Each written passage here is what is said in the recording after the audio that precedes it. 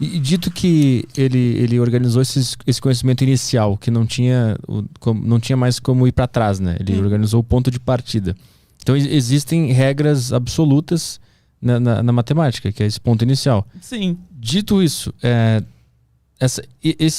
essas verdades absolutas, elas vêm da onde? O que é isso? É aquela pergunta, a matemática ela foi criada ou foi criada ou descoberta, né? Criada ou descoberta. O que você acha?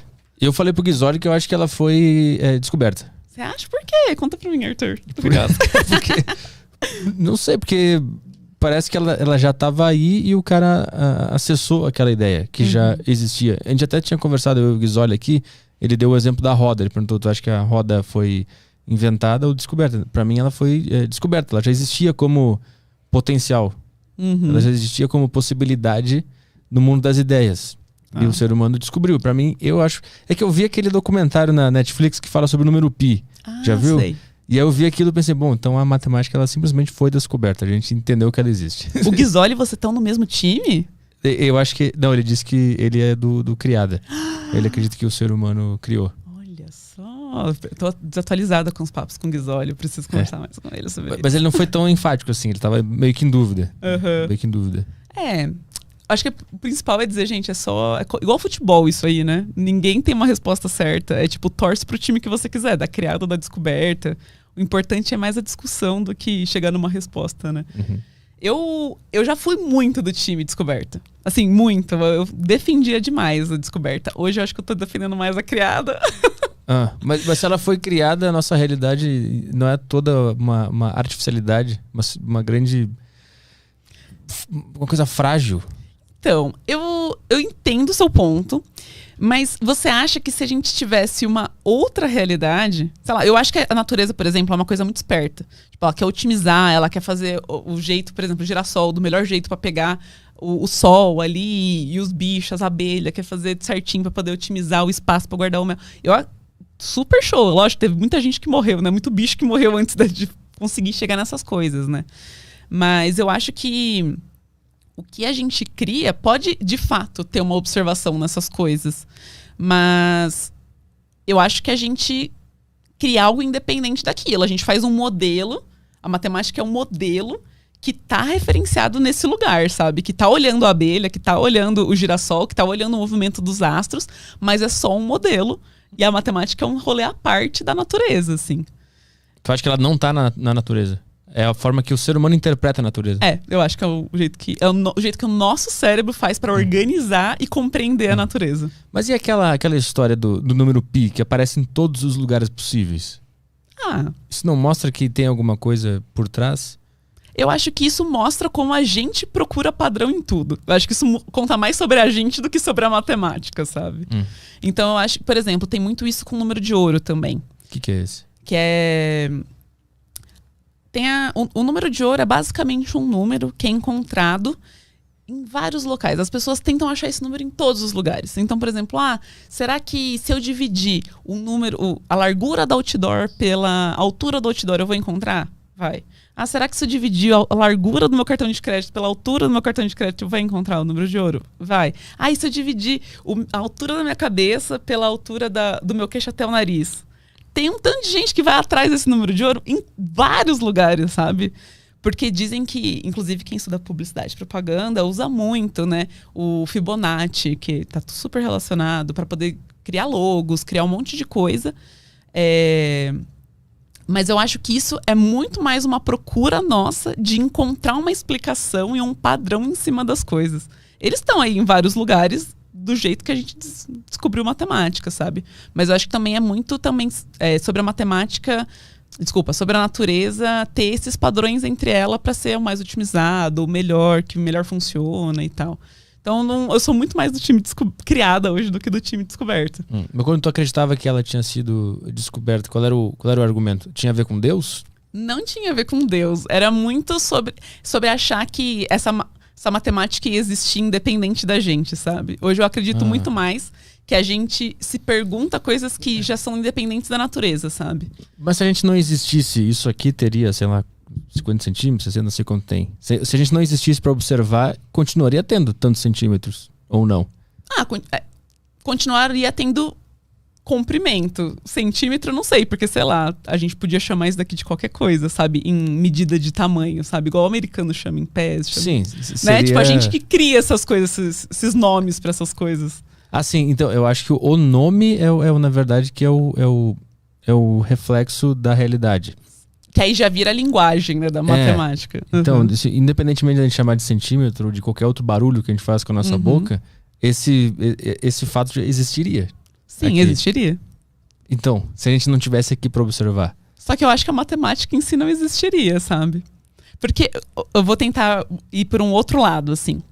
Eu acho que essas coisas existiriam, a gente observa ela, cria um modelo que a gente chama de matemática para poder descrever essas coisas, assim como a física faz, a química faz. E aí a gente olha essas coisas que já estão todas prontas e que já estão todas modeladas, igual Euclides já tinha modelado, ou pelo menos organizado essas ideias. E a gente começa a fazer perguntas mais sofisticadas.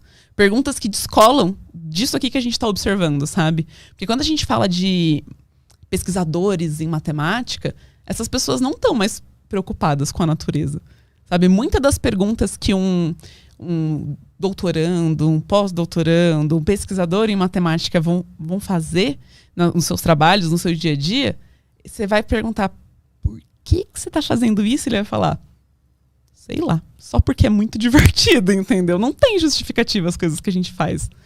Mas daqui a um tempo, alguém pode olhar aquilo e achar uma aplicação, sabe?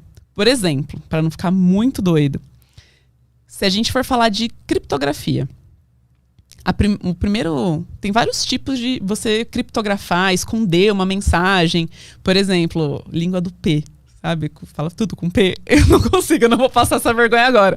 Mas isso dá um jeito de criptografar sua mensagem. Ou criar código, aí você passa pro amigo, o amigo descriptografa lá do outro lado, tal. Tem vários jeitos. Beleza.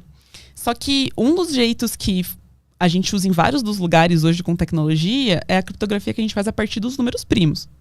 Só que a gente já sabe o que é um número primo desde Euclides. Euclides escreveu nos elementos que era o número primo. E olha que doido, o Euclides via número não como uma quantidade, ele via como um comprimento. Olha só que doidura. Então, por exemplo, ele falava assim, ó, isso daqui ó, é o número 1, daqui até aqui é o número 1. Se a gente tiver 2 vezes isso, é o número 2. Se a gente tiver 3 vezes isso, é o número 3. E então ele falava de que número era esse comprimento de coisa. E ele falava que um número era primo ou não quando você conseguia unicamente preencher aquele número com ele mesmo ou com números uns. Aí você tentava preencher com 2, não dava. Tentava preencher com 3, ou faltava ou sobrava. Com 4, ou sobrava ou faltava. Então aquele número era primo.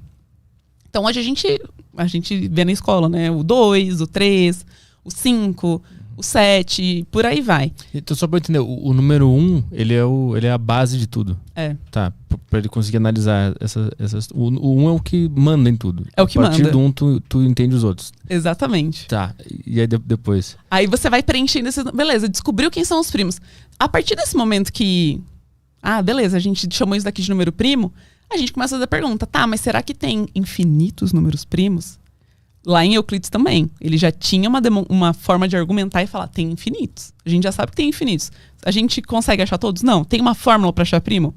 Também não. A gente não sabe essas coisas ainda, sabe? São perguntas que desde Euclides se fazem e ainda estão sem resposta. Tudo isso para chegar hoje e falar, caraca, dá para usar esses primos aí para poder fazer criptografia, uns números gigantão que ninguém vai achar, não sei o que lá. A gente consegue usar ele como uma chave para poder esconder as mensagens, criptografa as coisas, não sei o que lá. Então, tipo assim, é um rolê que existe há muito tempo. Que talvez Euclides não tava nem aí, entendeu? Pra tal da criptografia. Euclides tava só fazendo umas perguntas legais. Só que aí, ao longo do tempo, alguém olha para esse conhecimento que já existe e fala, beleza, eu vou aplicar isso daqui então. Dado que esse conhecimento existe, sabe? Então, as nossas mensagens são criptografadas graças aos números primos? É isso? Também. Não é o único tipo, mas é um tipo bem eficiente de criptografia. Mas como que transforma a mensagem num... Como é que o número primo age nessa criptografia? Esse número primo, ele vai basicamente esconder a mensagem, sabe? Então, quando você criptografa com seu amigo, você conta pra ele assim, ó, tem uma regra. Vamos combinar essa regra aqui. E aí você combina essa regra e tem uma chave para colocar para essa regra funcionar. E essa chave dessa regra vai ser um número primo. Ah, entendi. É isso. E aí a gente tem computador que descobre números primos muito grandes, né? A gente não precisa ficar calculando. Mas a gente tem essas procuras por números primos gigantescos, porque, enfim, aí elas vão ser essas nossas chaves para poder guardar as informações. Eu vi o teu vídeo que tu mostra lá o maior número primo conhecido até recentemente, né? 2019, né? Que é um computador que fica rodando lá, um algoritmo para conseguir encontrar, né? E era um puta número. Sim, é gigantesco. Que o final era -1, era não sei o que é -1. É um 2 elevado a um monte de coisa, -1. É isso. Então, por exemplo, a senha da mensagem podia ser o 7. Podia ser o 7. Mas seria muito simples de descobrir a mensagem. Uhum. Então a gente usa esses números maiores, que são primos, para ser a senha da mensagem. Isso. Ah, interessante. Doideira. Interessante. E depois desse ponto inicial da matemática que o Euclides organizou esse livro, tipo assim, quais foram as questões que foram feitas a partir daí? Tem alguma que continua até hoje sem resposta, por exemplo? Nossa, um monte, Arthur.